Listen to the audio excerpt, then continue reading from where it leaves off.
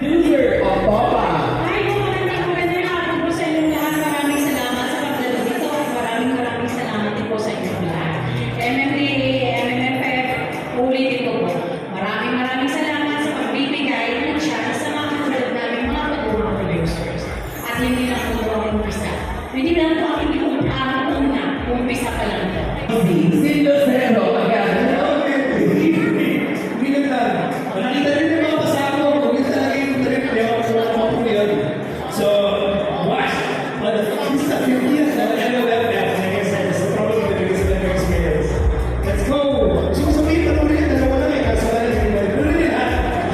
Gusto ko lang po sabihin sa inyo to na bago namin pinalabas dito sa Pilipinas, kaya Toka is coming home, masaya po ang production dahil last year po nandito to sa Cannes, sa Locarno, sa Austin, Texas, sa Spain, at mayabang po ako at proud po akong sabihin sa inyo mga Pinoy na meron po tayo isang pelikula ulit na Pilipino movie na pinapalakpakan sa ibang bansa.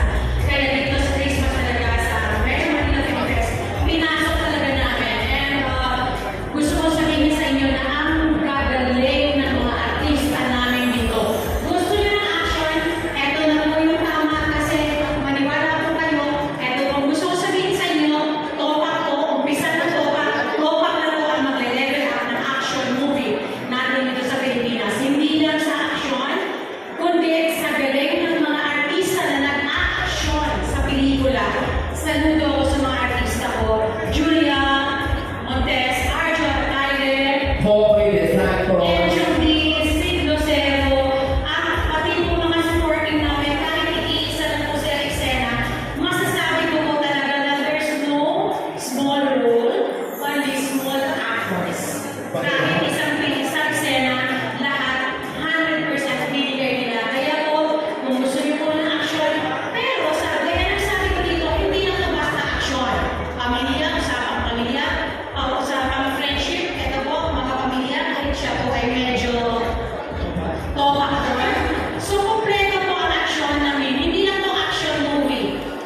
Kompleto Ricardo's ko to. Kaya sa 25 po, topak, maniwala kayo, kahit kayo, hindi sabi nga ng mga nagparoon na ng mga influencers, nagkaroon na bukas kami streaming para sa mga influencers, mga content creators. Sabi nila, ang hirap daw umihit, lumabas, pag nandun ka na sa topak, pinapanood na. Kaya kung gusto nyo topakin sa December 25, damay-damay na po tayo lahat. Topak po sa Metro Manila Film Festival. Wow! There you have it. R16, R18 kami outside SNC class. Huwag po kayo makalala kasi yung storya ng movie namin, hindi mo na sakripisyo yun.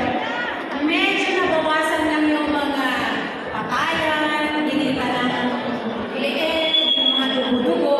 Pero alam ko maraming mga Pilipino, maraming mga Pinoy, lalo na mga lalaki, gusto nyo talaga yung matinding saksakan.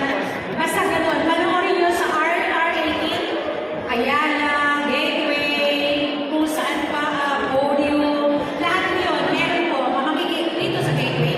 Yes, dito po. Sa SM Cinema, R16, R18 po, outside SM Cinema. Bibigyan mo ng rating yung mga aktor na si Padilla sa Topa. Ano po yung rating sa kanila?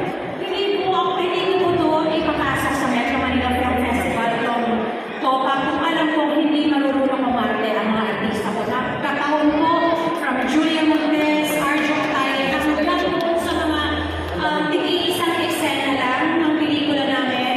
Hahangaan niyo sila at bilang producer at artista rin, nakakatuwa ang mga kita na eto pa lang yung mga dating mga nagkukontrabida na hindi masyadong nabibigyan ng chance na magagandang roles. Dito